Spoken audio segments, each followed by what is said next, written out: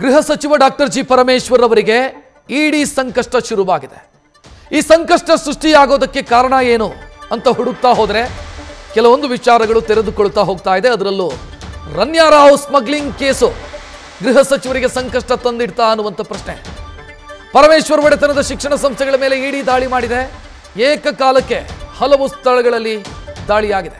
ದಾಖಲೆಗಳ ಪರಿಶೀಲನೆಯನ್ನು ಇಡಿ ಅಧಿಕಾರಿಗಳು ಮಾಡ್ತಾ ಇದ್ದಾರೆ. ರನ್ಯಾರಾವ್ ಮತ್ತು ಶಿಕ್ಷಣ ಸಂಸ್ಥೆಗಳ ನಡುವೆ ಹಣದ ವ್ಯವಹಾರ ನಡೆದಿರೋ ಬಗ್ಗೆ ಮಾಹಿತಿ ಇದೆ. ಹಣದ ವ್ಯವಹಾರ ನಡೆದಿರೋ ಕುರಿತಂತೆ ದಾಖಲೆಗಳನ್ನು ಪರಿಶೀಲನೆ ಮಾಡಲಾಗ್ತಾ ಇದೆ.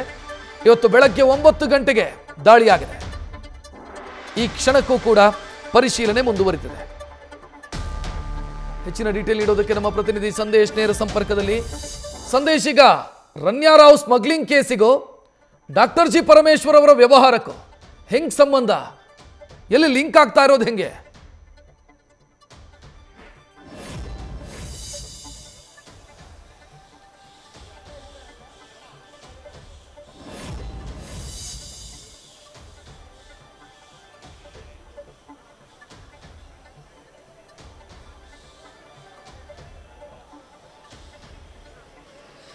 ರಕ್ಷತ್, ಈಗಾಗಲೇ ಈ ಹಿಂದಿನಿಂದಲೂ ಕೂಡ ಅಂದ್ರೆ ರನ್ಯಾರಾವನ್ನ DRI ಅಧಿಕಾರಿಗಳು ಯಾವಾಗ ಅರೆಸ್ಟ್ ಮಾಡಿದ್ರು, ಅರೆಸ್ಟ್ ಮಾಡಿದ ನಂತರ ರನ್ಯಾರಾವ್ ಪರಮೇಶ್ವರ್ ಅವರ ಜೊತೆಯಲ್ಲಿರುವಂತಹ ಸಾಕಷ್ಟು ಫೋಟೋಗಳು ಈಗಾಗಲೇ ವೈರಲ್ ಆಗಿದ್ವು. ಅದರಲ್ಲೂ ಕೂಡ ಪ್ರಮುಖವಾಗಿ ಮದುವೆ ಕಾರ್ಯಕ್ರಮದಲ್ಲಿ ಜಿ ಪರಮೇಶ್ವರ್ ಅವರ ಜೊತೆಯಲ್ಲಿರುವಂತಹ ಸಾಕಷ್ಟು ಫೋಟೋಸ್ಗಳು ಈಗಾಗಲೇ ವೈರಲ್ ಆಗಿತ್ತು. ಜೊತೆಗೆ ಇವರಿಬ್ಬರಿಗೂ ಕೂಡ ಏನು ಒಡನಾಟ ಇತ್ತು ಅಥವಾ ಒಂದು ಸ್ನೇಹ ಸಂಬಂಧ ಇತ್ತು ಅನ್ನೋದು ಕೂಡ ಗೊತ್ತಾಗಿತ್ತು. ಅಂದ್ರೆ ರನ್ಯಾರಾವ್ ಅವರ ಫ್ಯಾಮಿಲಿಗೂ ಹಾಗೆ ಡಾಕ್ಟರ್ ಜಿ ಪರಮೇಶ್ವರ್ ಅವರ ಫ್ಯಾಮಿಲಿಗೂ ಕೂಡ ಒಳ್ಳೆಯ ಒಂದು ಸಂಬಂಧ ಇತ್ತು ಅನ್ನೋದು ಗೊತ್ತಾಗಿತ್ತು. ಆದರೆ ಈ ಒಂದು ರನ್ಯಾರಾವ್ ಸ್ಮಗ್ಲಿಂಗ್ ಪ್ರಕರಣದಲ್ಲಿ ಗೃಹ ಸಚಿವ ಪರಮೇಶ್ವರ್ ಅವರ ಪಾತ್ರ ಏನು ಅಥವಾ ಅವ್ರಿಗೇನಾದ್ರೂ ಸಂಬಂಧ ಇದೆಯಾ ಅಥವಾ ಇಲ್ವೋ ಅನ್ನೋದಕ್ಕೆ ಸಂಬಂಧಪಟ್ಟಂತೆ ಯಾವುದೇ ಮಾಹಿತಿಗಳು ಕೂಡ ಲಭ್ಯವಾಗಿರಲಿಲ್ಲ. ತನಿಖೆಯ ಸಂದರ್ಭದಲ್ಲೂ ಕೂಡ DRI ಅಧಿಕಾರಿಗಳ ತನಿಖೆ ಸಂದರ್ಭದಲ್ಲೂ ಕೂಡ ಎಲ್ಲೂ ಕೂಡ ಯಾವುದೇ ರಾಜಕಾರಣಿ ಹೆಸರಾಗಿರ್ಬೋದು, ಅದು ಪರಮೇಶ್ವರ್ ಅಂತ ಮಾತ್ರ ಅಲ್ಲ, ಯಾವುದೇ ರಾಜಕಾರಣಿ ಆಗಿರ್ಬೋದು ಅಥವಾ ಯಾವುದೇ ಉದ್ಯಮಿ ಹೆಸರು ಕೂಡ ಇಲ್ಲಿಯವರೆಗೂ ಕೂಡ DRI ಅಧಿಕಾರಿಗಳ ಇನ್ವೆಸ್ಟಿಗೇಷನ್ ಅಲ್ಲಿ ಕಂಡು ಬಂದಿರಲಿಲ್ಲ. 3 ಜನರ ಹೆಸರು ಕೇಳಿ ಬಂದಿತ್ತು. ಆ 3 ಜನರನ್ನು ಕೂಡ DRI ಅಧಿಕಾರಿಗಳು ಅರೆಸ್ಟ್ ಮಾಡಿದ್ರು. ಆದ್ರೆ ಅದಾದ ನಂತರ ತನಿಖೆ ನಡೆಸಿದಂತಹ DRI ಅಧಿಕಾರಿಗಳಿಗೆ ರನ್ಯಾರಾವ್ ಜೊತೆಗೆ ಪರಮೇಶ್ವರ್ ಅವರ ಒಡೆತನದ ಒಂದು ಶಿಕ್ಷಣ ಸಂಸ್ಥೆಗಳೇನಿದೆ ಅದರ ನಡುವೆ ಅಂದ್ರೆ ರನ್ಯಾರಾವ್ ಹಾಗೆ ಶಿಕ್ಷಣ ಸಂಸ್ಥೆಯ ನಡುವೆ ಹಣದ ವಹಿವಾಟು ಅಥವಾ ಹಣದ ವರ್ಗಾವಣೆ ಆಗಿದೆ ಅನ್ನೋದಕ್ಕೆ ಸಂಬಂಧಪಟ್ಟಂತೆ ಕೆಲವೊಂದು ಮಾಹಿತಿಗಳು DRI ಅಧಿಕಾರಿಗಳಿಗೆ ಲಭ್ಯವಾಗುತ್ತೆ. ಅದಾದ ನಂತರ ಆ ಮಾಹಿತಿಯನ್ನ IT ಅಧಿಕಾರಿಗಳಿಗೂ ಕೂಡ ಕೊಡ್ತಾರೆ. ಜೊತೆಗೆ ಕಾಫಿ ಪೋಸಾ ಅಥಾರಿಟಿಗೂ ಕೂಡ ಕೊಟ್ಟು ಕಾಫಿ ಪೋಸಾ ಇಂಪ್ಲಿಮೆಂಟ್ ಕೂಡ ಮಾಡಿಸ್ತಾರೆ. ಅದಾದ ನಂತರ ಕಾಫಿ ಪೋಸಾ ಅಥಾರಿಟಿ ಅವರು ಕಾಫಿ ಪೋಸಾವನ್ನ ಇಂಪ್ಲಿಮೆಂಟ್ ಮಾಡಿ ನಂತರ ರನ್ಯಾರಾವ್ ಅನ್ನ ಆ ಒಂದು ಸೆಕ್ಷನ್ಗೆ ಸಂಬಂಧಪಟ್ಟಂತೆ ಇನ್ವೆಸ್ಟಿಗೇಷನ್ ಕೂಡ ಮಾಡಿರ್ತಾರೆ. ಇನ್ವೆಸ್ಟಿಗೇಷನ್ ಸಂದರ್ಭದಲ್ಲಿ ಸಾಕಷ್ಟು ಮಾಹಿತಿ ಲಭ್ಯವಾಗುತ್ತೆ. ಆ ಮಾಹಿತಿಯನ್ನ IT ಅಧಿಕಾರಿಗಳಿಗೆ ವರ್ಗಾವಣೆ ಮಾಡಿರ್ತಾರೆ. ಅಂದ್ರೆ ಈ ರೀತಿ ಹಣ ಟ್ರಾನ್ಸಾಕ್ಟ್ ಅನ್ನ ಮಾಡಿದ್ದಾರೆ, ಪರಮೇಶ್ವರ್ ಅವರ ಒಡೆತನದ ಶಿಕ್ಷಣ ಸಂಸ್ಥೆಯ ಜೊತೆಯಲ್ಲಿ ಹಣ ವಹಿವಾಟು ಆಗಿರೋದಕ್ಕೆ ಸಂಬಂಧಪಟ್ಟಂತೆ ಮಾಹಿತಿ ಲಭ್ಯವಾಗುತ್ತೆ. ಆ ಮಾಹಿತಿಯನ್ನ IT ಅಧಿಕಾರಿಗಳಿಗೆ ಕೊಡ್ತಾರೆ. IT ಅಧಿಕಾರಿಗಳು ಅಲ್ಲಿ ಪರಿಶೀಲನೆಯನ್ನ ಮಾಡಿ ನಂತರ ED ಅಧಿಕಾರಿಗಳಿಗೆ ಮಾಹಿತಿ ಕೊಟ್ಟಂತಹ ಹಿನ್ನೆಲೆಯಲ್ಲಿ ಇವತ್ತು ED ಅಧಿಕಾರಿಗಳು ಈಗ ಗೃಹ ಸಚಿವ ಡಾಕ್ಟರ್ ಜಿ ಪರಮೇಶ್ವರ್ ಅವರಿಗೆ ಸಂಬಂಧಪಟ್ಟಂತಹ ಶಿಕ್ಷಣ ಸಂಸ್ಥೆಗಳ ಮೇಲೆ ಈಗ ದಾಳಿಯನ್ನ ಮಾಡಿದ್ದಾರೆ. ದಾಳಿ ಮಾಡಿ ಅಲ್ಲಿ ಪರಿಶೀಲನೆಯನ್ನ ಮಾಡ್ತಾ ಇದ್ದಾರೆ. ಅಂದ್ರೆ ಈ ಫೈನಾನ್ಷಿಯಲ್ ರೆಕಾರ್ಡ್ಸ್ ಗಳು ಏನಿರ್ತವೆ ಅಥವಾ ಹಣಕಾಸಿನ ದಾಖಲಾತಿಗಳು, ಆ ದಾಖಲೆಗಳನ್ನ ಪರಿಶೀಲನೆ ಮಾಡ್ತಾ ಇದ್ದಾರೆ. ಅಂದ್ರೆ ಇಲ್ಲಿ ಪ್ರಮುಖವಾಗಿರುವಂತದ್ದು ರನ್ಯಾ ಸ್ಮಗ್ಲಿಂಗ್ ನಿಂದ ಪಡೆದಂತ ಅಥವಾ ಸ್ಮಗ್ಲಿಂಗ್ ನಿಂದ ಬಂದಂತಹ ಹಣವನ್ನ ಏನಾದರೂ ಟ್ರಾನ್ಸಾಕ್ಟ್ ಮಾಡಿದ್ದಾರಾ ಅಥವಾ ಬೇರೆ ಹಣ ಇಲ್ಲಿ ವಹಿವಾಟಾಗಿದೆಯಾ ಅನ್ನೋದಕ್ಕೆ ಸಂಬಂಧಪಟ್ಟಂತೆ ED ಅಧಿಕಾರಿಗಳು ಈಗಾಗಲೇ ಇಂಟ್ರಾಗೇಷನ್ ಹಾಗೆ ಈಗ ಸದ್ಯ ಪರಿಶೀಲನೆಯನ್ನ ಕೂಡ ನಡೆಸ್ತಾ ಇದ್ದಾರೆ. ಜೊತೆಗೆ ಡಾಕ್ಟರ್ ಜಿ ಪರಮೇಶ್ವರ್ ಅವ್ರಿಗೂ ಕೂಡ ಈಗಾಗಲೇ ಬುಲಾವನ್ನ ಕೊಟ್ಟಿದ್ದಾರೆ. ರಕ್ಷತ್, ಥ್ಯಾಂಕ್ ಯು ಸಂದೇಶ್ ಮಾಹಿತಿಗೆ.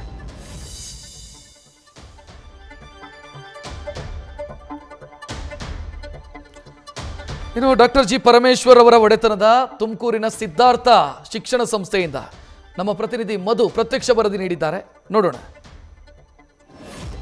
ಜಾರಿ ನಿರ್ದೇಶನಾಲಯದ ಅಧಿಕಾರಿಗಳ ತಂಡ ಇವತ್ತು ಗೃಹ ಸಚಿವ ಡಾಕ್ಟರ್ ಜಿ ಪರಮೇಶ್ವರ್ ಅವರ ಒಡೆತನದ ಸಿದ್ಧಾರ್ಥ ಇಂಜಿನಿಯರಿಂಗ್ ಕಾಲೇಜಿನಲ್ಲಿ ಇವತ್ತು ದಾಳಿಯನ್ನು ನಡೆಸಿರುವಂಥದ್ದು. ಸದ್ಯ ನಾನೀಗ ಇಂಜಿನಿಯರಿಂಗ್ ಕಾಲೇಜ್ ಮುಂಭಾಗದಲ್ಲಿದ್ದೀನಿ. ಇದು ಶ್ರೀ ಸಿದ್ಧಾರ್ಥ ತಾಂತ್ರಿಕ ಮಹಾವಿದ್ಯಾಲಯ, ಡಾಕ್ಟರ್ ಜಿ ಪರಮೇಶ್ವರ್ ಅವರ ಒಡೆತನದ ಶಿಕ್ಷಣ ಸಂಸ್ಥೆಗಳ ಅಡಿಯಲ್ಲಿ ಬರುವಂತಹ ಇಂಜಿನಿಯರಿಂಗ್ ಕಾಲೇಜು. ಈ ಒಂದು ಕಾಲೇಜಿನಲ್ಲಿ ಬೆಳಗ್ಗೆ 9 ಗಂಟೆಗೆ ED ಅಧಿಕಾರಿಗಳ ತಂಡ ದಾಳಿ ನಡೆಸಿರುವಂಥದ್ದು.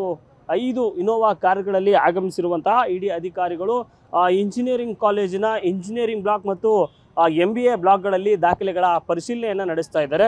ಸುಮಾರು ಬೆಳಗ್ಗೆ 9 ಗಂಟೆಯಿಂದಲೂ ಕೂಡ ನಿರಂತರವಾಗಿ ಈ ಒಂದು ಪರಿಶೀಲನೆಯಲ್ಲಿ ತೊಡಗಿರುವಂಥದ್ದು. ಈ ಹಿಂದೆ 2019ರಲ್ಲೂ ಕೂಡ ಈ ಒಂದು ಸಿದ್ಧಾರ್ಥ ಇಂಜಿನಿಯರಿಂಗ್ ಕಾಲೇಜಿನ ಮೇಲೆ ಒಂದು IT ದಾಳಿಯಾಗಿತ್ತು. ಆ ಒಂದು IT ದಾಳಿ ಹಿನ್ನೆಲೆಯಲ್ಲಿ IT ಅಧಿಕಾರಿಗಳು ಪರಿಶೀಲನೆಯನ್ನು ನಡೆಸಿ ಅಲ್ಲಿಂದ ಒಂದು ಇಡಿಗೆ ಮಾಹಿತಿಯನ್ನು ಕೂಡ ನೀಡಿದ್ರು. ಅದರ ಜೊತೆಗೆ ಇತ್ತೀಚೆಗಷ್ಟೇ ಏನು ಅಕ್ರಮ ಹಣ ವರ್ಗಾವಣೆ ಪ್ರಕರಣಕ್ಕೆ ಸಂಬಂಧಿಸಿದಂತೆ ನಟಿ ರನ್ಯಾರಾವ್ ಅವರ ಹೆಸರು ಕೂಡ ಕೇಳಿ ಬಂದಿತ್ತು. ಅದರ ಜೊತೆಗೆ ಪರಮೇಶ್ವರ್ ಅವರ ಹೆಸರು ಕೂಡ ಕೇಳಿ ಬಂದಿತ್ತು. ಆ ಹಿನ್ನೆಲೆಯಲ್ಲಿ ಇವತ್ತು ಇಡಿ ಅಧಿಕಾರಿಗಳ ತಂಡ ಈ ಒಂದು ಸಿದ್ಧಾರ್ಥ ವಿದ್ಯಾಸಂಸ್ಥೆ ಏನಿದೆ ಅದು ಕೂಡ ಗೃಹ ಸಚಿವ ಡಾಕ್ಟರ್ ಜಿ ಪರಮೇಶ್ವರ್ ಅವರ ಒಡೆತನದ ಸಂಸ್ಥೆಗಳು. ಈ ಒಂದು ಶಿಕ್ಷಣ ಸಂಸ್ಥೆಗಳು ಎಲ್ಲಿ ಅಂದರೆ ತುಮಕೂರಿನಲ್ಲಿರುವಂತಹ ಮರಳೂರು ದಿನೆಯಲ್ಲಿರುವಂತಹ ಇಂಜಿನಿಯರಿಂಗ್ ಕಾಲೇಜ್ ಜೊತೆಗೆ ಹೆಗ್ಗೆರೆಯಲ್ಲಿರುವಂತಹ ಸಿದ್ಧಾರ್ಥ ಮೆಡಿಕಲ್ ಕಾಲೇಜು ಜೊತೆಗೆ ನೆಲಮಂಗಲದ ಟಿ ಬೇಗೂರು ಬಳಿ ಇರುವಂತಹ ಸಿದ್ಧಾರ್ಥ ಇಂಜಿನಿಯರಿಂಗ್ ಕಾಲೇಜು ಅಲ್ಲೂ ಕೂಡ ಈಗಾಗಲೇ ದಾಳಿಯನ್ನು ನಡೆಸಿರುವಂಥದ್ದು. ಒಟ್ಟಾರೆಯಾಗಿ ಏನು ಅಂತಂದರೆ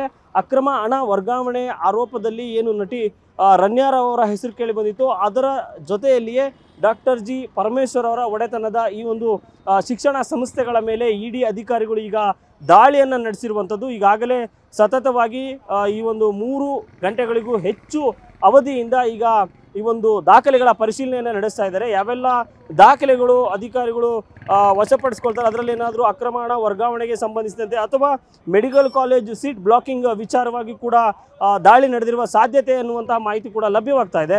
ಇದರ ಜೊತೆಗೆ ಒಂದು ಕಡೆ ನಟಿ ರನ್ಯಾರಾವ್ ಅವರ ಅಕ್ರಮ ಹಣ ವರ್ಗಾವಣೆ, ಮತ್ತೊಂದು ಕಡೆ ಇಲ್ಲಿ ಮೆಡಿಕಲ್ ಕಾಲೇಜು ಜೊತೆಗೆ ಇತ್ತೀಚೆಗಷ್ಟೇ ಕೆಲವೊಂದಷ್ಟು ಕಾಲೇಜುಗಳನ್ನು ಡಾಕ್ಟರ್ ಜಿ ಪರಮೇಶ್ವರ್ ಅವರು ಕೂಡ ಖರೀದಿಯನ್ನು ಮಾಡಿದ್ರು. ಅದರ ಜೊತೆಯಲ್ಲಿಯೇ ಈಗ ಇಡಿ ಅಧಿಕಾರಿಗಳ ತಂಡ ದಾಖಲೆಯನ್ನು ಕೂಡ ಪರಿಶೀಲನೆ ಮಾಡ್ತಾ ಇರೋದು. ಇನ್ನೇನು ಬೆಂಗಳೂರಿನಿಂದ ಪರಮೇಶ್ವರ್ ಅವರು ಕೂಡ ಅಂದರೆ ಡಾಕ್ಟರ್ ಜಿ ಪರಮೇಶ್ವರ್ ಗೃಹ ಸಚಿವರು ಕೂಡ ಈಗಾಗಲೇ ಈ ಒಂದು ಇಡಿ ದಾಳಿ ಹಿನ್ನೆಲೆಯಲ್ಲಿ ಈಗ ತುಮಕೂರಿಗೂ ಕೂಡ ಆಗಮಿಸುವಂತಹ ಸಾಧ್ಯತೆ ಕೂಡ ಇರುವಂಥದ್ದು. ಮಧು ಇಂಗಳಿದ ನ್ಯೂಸ್ ಫಸ್ಟ್ ತುಮಕೂರು.